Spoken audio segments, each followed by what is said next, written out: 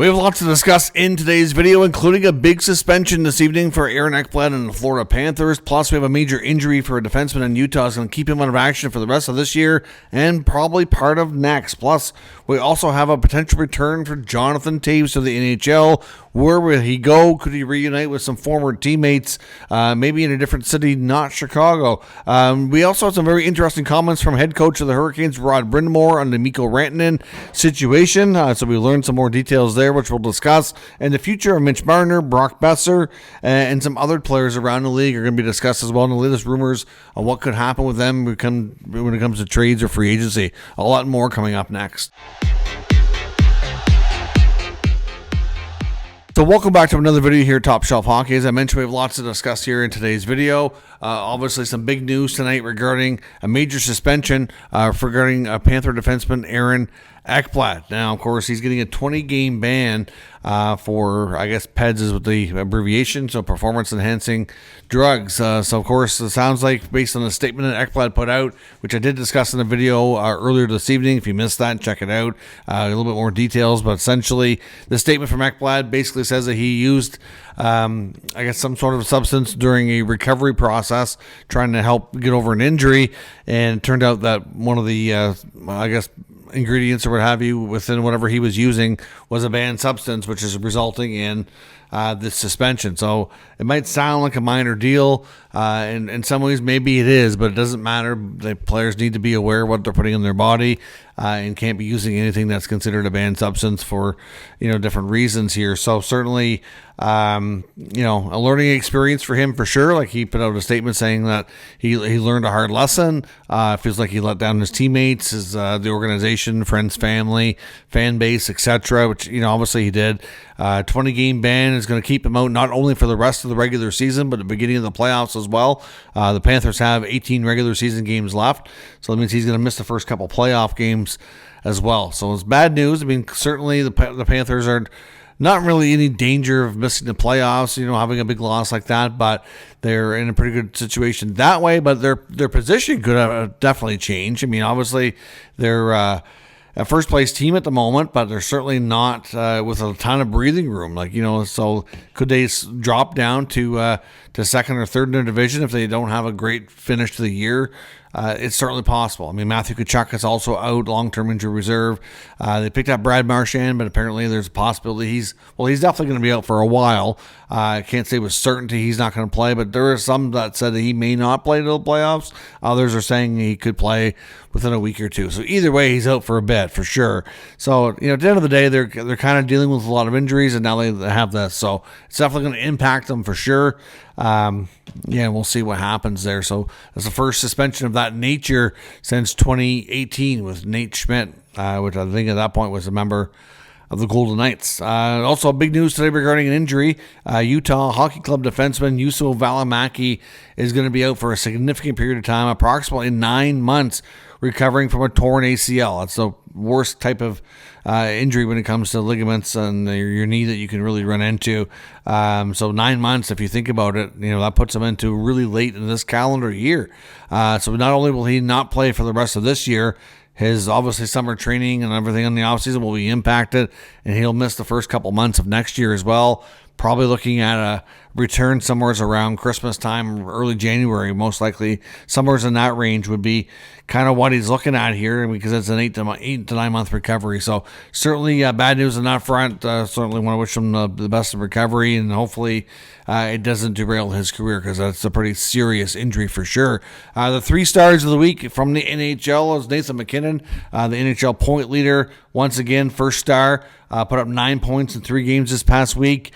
Steven Stamkos, who's been doing a little better as of late after a not so great start with the Predators, has picked up second star honors with 8 points in 3 games this past week. And Capitals forward Tom Wilson was the third star with 7 games and 4 points as well. And of course, his buddy Alex Ovechkin inching closer and closer to Wayne Gretzky's all-time goal record. It's certainly looking more and more likely now that Ovi will break. Not only will he break it, I think we've known for a while it's going to happen. barring some kind of weird, something that happens. But it's going to happen this year. I know at the beginning I thought he would fall probably just a little bit short and maybe be early next year, and it's still possible. But if he keeps playing the way he has, barring some kind of cold streak, it is likely going to happen this year. A quick update on Montreal as well. They've sent Owen Beck to the American Hockey League and recalled Joshua Waugh.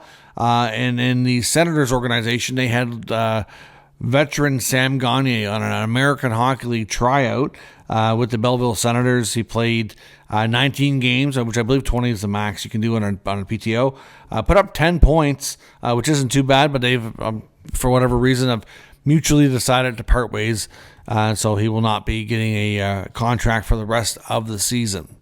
So unfortunate for Belleville to lose that leadership and that veteran, because like I said, he was doing relatively well for them, but at the end of the day, it wasn't going to be a long-term effect if he did stick around, so not really too big a deal in the grand scheme of things. Now, some interesting rumors around the NHL around what could happen in the offseason. Of course, now that the trade deadline's come and gone, we're still talking about rumors because it's one of the more interesting things to talk about, one of the things that people in this community enjoy chiming in on and listening to. So, Jonathan Toews, former NHL veteran, captain of the Chicago Blackhawks, multiple-time Stanley Cup champion, multiple-time, gold medal winner with Team Canada, has a storied career. Will certainly be a Hall of Famer, no doubt, once he announces his retirement. Of course, he hasn't really played much the past couple of years, but he has not officially retired. There was some speculation that came about probably, I want to say a couple months back, about a return. Some wondered, would it be this year? Would it be next year? Nobody really knew, just that the word was getting out that he wanted to play again. Well, he has the interview now that he conducted with Mark Lazarus, of course, Chicago media member that was in The Athletic. There's also been parts of that copied over and shared with NHL.com. And Toews' interview really makes it sound like a return is, I'd say it's probably inevitable, but it's definitely obviously not happening this year. We know that now for sure, especially with the trade deadlines come and gone. Even if he wanted to sign a contract, he wouldn't be eligible to play in the playoffs or anything of that nature. So certainly Toews is aiming for, looks like next year. So essentially, a couple of quotes from the article just to give you an idea of what he had to say. He says that he's not satisfied with the way things ended in Chicago, that he still feels like there's something in the tank. Obviously, a lot of the reasons why he missed time and didn't continue pursuing hockey at the time that we last saw him was because of his health. Of course, he's been on a bit of a health journey, globe-trotting, traveling around the world, finding ways to get things better and right with himself and various aspects of his health and his life. So certainly now that that's done, he said he's proud of his journey he's been on, but he's missing hockey. He's been skating the past couple of weeks in Arizona, and if he does return, one thing is certain: it will not be with his old club, the Chicago Blackhawks. The Blackhawks made it clear that they were not interested in bringing back Kane and Toews, that they were moving on, and they didn't want the new young next generation Blackhawks to have them kind of in the spotlight or what have you. Anyways, I'm not sure why they would be that opposed to it, considering the other veterans that they've overpaid to be members of that team. But Toews wants to play. He's been talking about how he's kind of starting to train, and obviously that desire is still there. Is it 100% given that he makes a comeback? No, but there's very much a lot of interest, and we know that from what we've heard from NHL insiders in the last, it's been a little bit since we've heard about Toews, probably, but for a few times it's come up, that there's definitely teams out there that would love to talk to this guy. Like I said, he's got great leadership, all kinds of experience, and even though you may not be able to expect a lot out of him, where he's been away from the game for a while, he can be a great addition to a lot of clubs. We know his hometown Winnipeg Jets reportedly had some interest. Depending on where their team is at in the offseason, I can see that being a possibility. The only one we know that's really out for sure is Chicago. My guess is that he's going to want to go to a team where he's got a chance to be in the playoffs and have a shot at a Stanley Cup. At least that would be my first gut instinct, but at the same time, we know he just loves hockey, loves playing, and if depending on what the offers are like from the top contending teams, another option for him that some people are talking about would be to reunite with some of his former teammates that he loved playing with, and maybe Detroit's an option. Obviously, great friends, great line mates, long career history with Patrick Kane. Now, Kane's only signed in Detroit for this year. If he doesn't stay, maybe that changes where Toews goes, but DeBrincat obviously would have played with Toews a bit as well. So certainly, there is that connection there. So there's some wondering if that might be another, plan or something that the Yzerman will look into.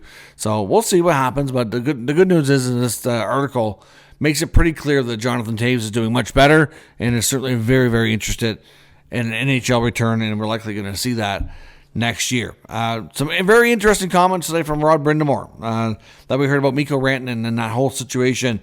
Brind'Amour basically confirmed that after Rantanen arrived in Carolina, that they pretty much knew pretty early, by the sounds of it, that he had no intention of signing there. Brind'Amour said that Rantanen made it clear that he had about 4 teams that he would consider signing a long-term contract with, and they were not one of them. It just wasn't for him. It's nothing that he, not to say that he, obviously that he hates the area or anything like that, or anything to do with the team, the organization. We know he's got some friends on the team, good buddies with guys like Sebastian Aho, but there's more involved in that decision process than just having a good friend or countryman on the team. The 4 teams believe, we know Dallas was obviously one of them because he ended up signing there. They have a lot of Finnish players there too, so obviously he likes the market. It felt it worked for his family, and at the same time, had a lot of fellow countrymen that he's played with internationally and back home that he would be friends with, so that helps too. It was believed that Vegas was one of them. We think to some degree Florida was one of them.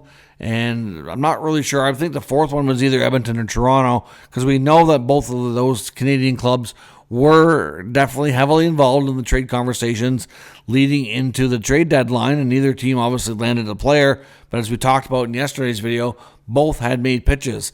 The Oilers were trying to offer him a huge deal to bring him to Edmonton, but unfortunately on the trade aspect, regardless of even if Rantanen wanted to sign, the team and the Hurricanes weren't going to be able to compete. I guess they weren't going to be able to compete with Dallas's offer to Carolina. So from the team's perspective, where Rantanen didn't have all the control here, they didn't really like Edmonton's offer like they would have some other teams like Dallas.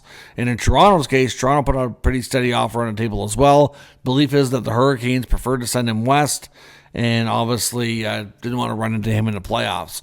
So certainly some interesting things there, but that looks terrible on Carolina and Eric Tulsky, the GM. How could you mess that up? Now, thankfully, if you do look at things strictly from an asset management perspective, they really didn't do that bad. Yes, Marty Natchez is out. Jack Drury is out. A couple of picks that went to Colorado, out. And if you look at what came back now, they've got Stankoven, multiple first-round picks, and a couple other picks as well. The return's not bad, but you're trying to win a Stanley Cup. So your team is not better today than it was at the beginning of the season, I don't think. So, that's 2 big swings here, bringing in a superstar, and it failed. And I've seen there's definitely been a poll from the NHLPA recently where Carolina was one of the top teams that players do not want to go to. And I don't get it. So I don't know what it is with the if it's just the geographical area, the land, the lifestyle. I don't know.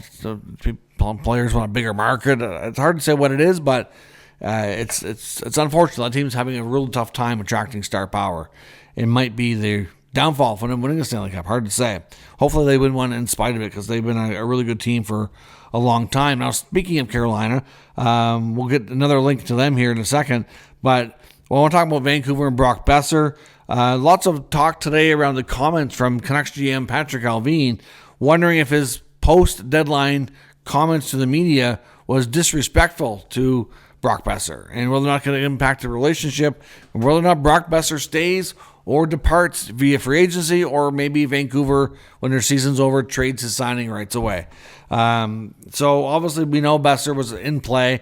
They had some contract negotiations earlier in the year. They didn't get too far.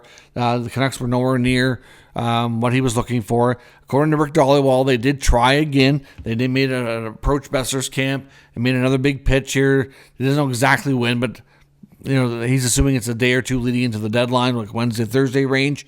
And again, not accepted, not close enough. by Boeser's camp to accept the contract or to really push negotiations further.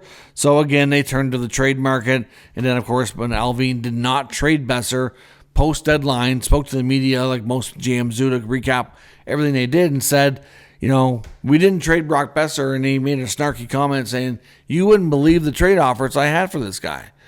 So kind of saying that they were lowballed.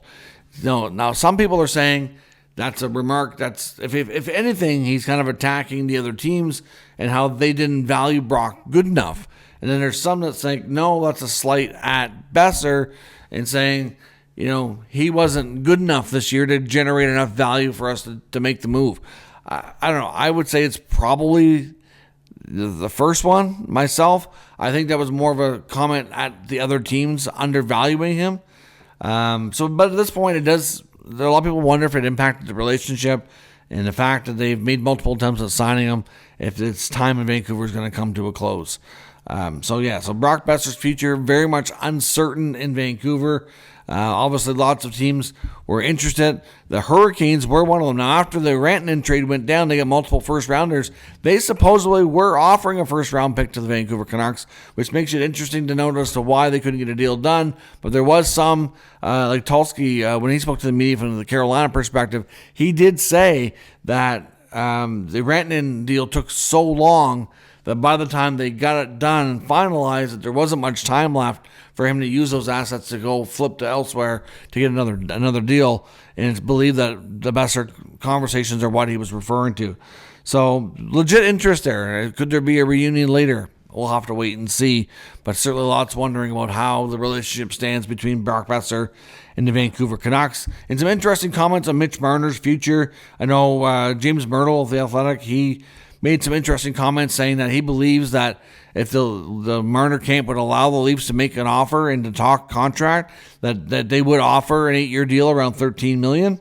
And then if he wouldn't take that, then, that might be a telling tale. But, of course, we don't even know because according to Chris Johnson, Mitch Marner, he said in the beginning that he was not negotiating in season, and they haven't, and they won't. So they don't even really officially know his demands because they haven't exchanged numbers on AAV or any of the strong particular points in the contract that he's looking for. So again, lots of talk about Marner's future. I know, like in the Myrtle case, talking about how 8 times 13 might not get it done. There's belief he could get at least 13.5, maybe a little more in the open market. Will the Leafs go to 13.5 or 14 to keep him?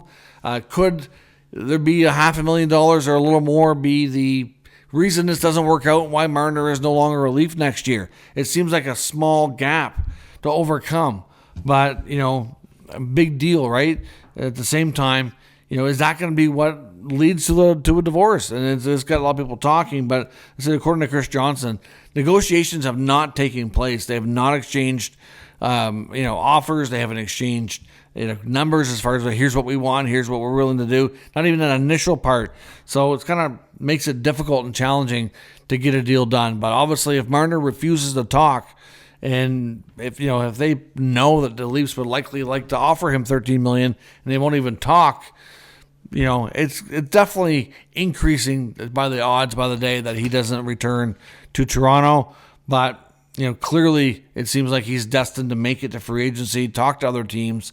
I still wouldn't completely rule it a possibility of returning to the Leafs, but we know that if he's all about the money, he's going to get more money elsewhere. I have no doubt.